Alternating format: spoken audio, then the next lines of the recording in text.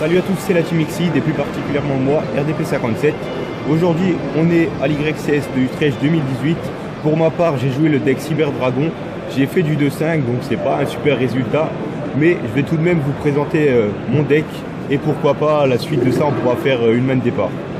Donc voilà déjà ce qu'on a eu à l'inscription. Donc pour 20 €, on a eu le tapis sarcophage doré avec ce field center. Donc on va tout de suite commencer avec les cartes monstres. Donc classique, 3 Cyber Dragon, 3 Cyber Dragon Dry. Donc cette carte a un effet qui permet de faire devenir tous les monstres Cyber Dragon niveau 5. Donc ça c'est particulièrement intéressant pour faire l'X6 principal du deck que vous verrez après, qui est Infini. 3 Cyber Dragon Hertz, donc une des cartes phares du deck parce qu'elle a deux très bons effets. Bon, malheureusement vous pouvez que en activer un seul par tour. Donc si vous invoquez spécialement cette carte, vous pouvez la faire devenir de niveau 5. Et si cette carte est envoyée du terrain au cimetière, si cette carte est envoyée au cimetière, pardon, vous pouvez ajouter un autre Cyber Dragon depuis votre deck à votre main. On poursuit avec 3 Cyber Dragon Core. Donc c'est là pareil, lorsqu'elle est invoquée normalement, on peut ajouter une carte magie piège cyber donc du deck et l'ajouter à la main. On peut aussi, quand on est dans le cimetière, si l'adversaire contrôle des monstres et qu'on n'en a aucun, la bannir pour invoquer spécialement un monstre Cyber Dragon du deck. Donc c'est assez intéressant aussi. A savoir que toutes ces cartes, donc Core ainsi que Hertz et Dry, sont considérées comme Cyber Dragon quand elles sont sur le terrain ou dans le cimetière. Donc ça permet de faire des fusions et etc. Vous savez comment ça marche. Ensuite on a un Cyber Dragon Fia. Ensuite on a un Cyber Eltana. Donc voilà un petit trou noir. Donc sans détruire, c'est juste envoyer les cartes, tous les monstres du terrain au cimetière. Donc ça permet de refaire le terrain quoi. Ensuite 3 brouilleurs de vent solaire parce que j'ai pas Galaxy Soldier et ça permet de s'invoquer space si on contrôle aucun monstre sur le terrain. Et il n'y a pas besoin que l'adversaire en contrôle, donc c'est assez intéressant. Ensuite, on a pour les magies 3 Cyber Urgence, donc ça permet de tuto un Cyber Dragon ou un monstre lumière machine qui ne peut pas être par contre invoqué normalement ou posé. Et ce qui est aussi intéressant avec cette carte, c'est que si l'adversaire vous l'annule, vous pouvez défausser pour la rajouter à la main. Par contre, Cyber Urgence ne peut être qu'activé une fois par tour. Ensuite, on continue avec les tutos avec usine de cyber réparation. Donc là, c'est aussi une carte assez intéressante. Le seul bémol, c'est qu'il faut avoir au moins un Cyber Dragon dans le cimetière pour l'activer.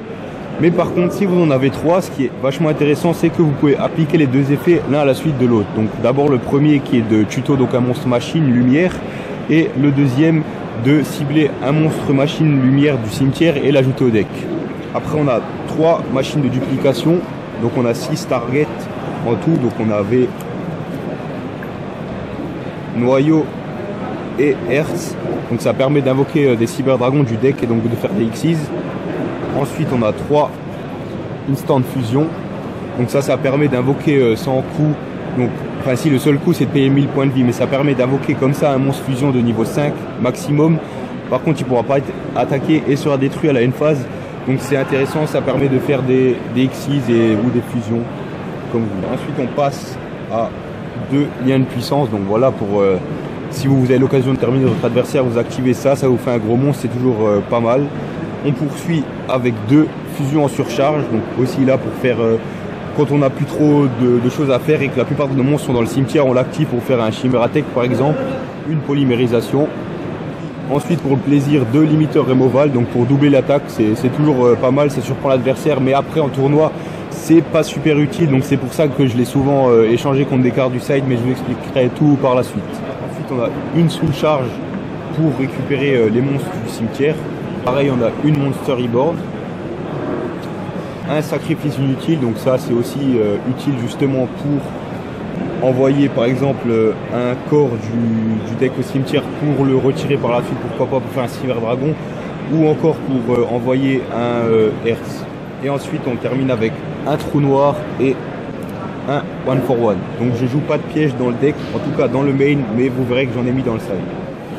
On va maintenant passer à l'extra deck avec tout d'abord le premier Link, Cyber Dragon Tsiga, donc qui a un effet intéressant. Si elle n'a pas encore attaqué durant votre tour, vous pouvez cibler un monstre Cyber Dragon sur votre terrain, il gagne 2100 points d'attaque pour une battle. Et par contre, vous et votre adversaire ne prenez pas de dommages de cette attaque justement. On poursuit avec 2 cartes que j'ai pas jouées, donc Oshiningen à la mode et Don Clifford. les cartes phares de Extra Deck. Je parle bien évidemment de deux Cyber Dragon Nova qui permettent d'invoquer les deux Infinity. Infinity qui permet d'annuler l'activation d'une carte de l'adversaire et qui permet donc de la détruire. Ça permet aussi de cibler un monstre en position d'attaque, que ce soit sur votre terrain ou sur le terrain de l'adversaire, et prendre la cible et l'ajouter en matériel à cette carte. Donc, et elle gagne 200 points par matériel. Donc c'est vraiment une très bonne carte.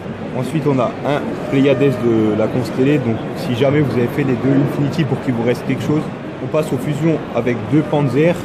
Donc on peut jouer avec l'instant de fusion. Donc c'est ça qui permet de faire les X6 facilement. On a Dragon du Carnage Chimératech, donc ça c'est une version un peu plus récente qui permet d'avoir une autre alternative que jumelée. Donc ça permet de faire des gros dégâts, notamment si vous la jouez avec Power Bond. Elle en plus a un effet intéressant, vous pouvez envoyer des cartes du deck, donc des cartes non cyber du deck au cimetière, et donc elle pourra attaquer une fois supplémentaire durant ce tour. Un Cyber Dragon jumelé, donc toujours pour attaquer deux fois, c'est intéressant. Donc ensuite on a un Dragon Mecha Flotte Chimératech. Donc pareil, quand on n'a pas de poly, on peut toujours faire des fusions avec ce deck, ça qui est bien. On peut aussi faire sans fusion, pareil, un Techno Chimère aussi pour faire des fusions facilement. Et un Chimératech Over Dragon pour la fusion sur char. Donc maintenant on va passer au side. On commence avec, quand on n'a pas trop de budget, 3 Veilers.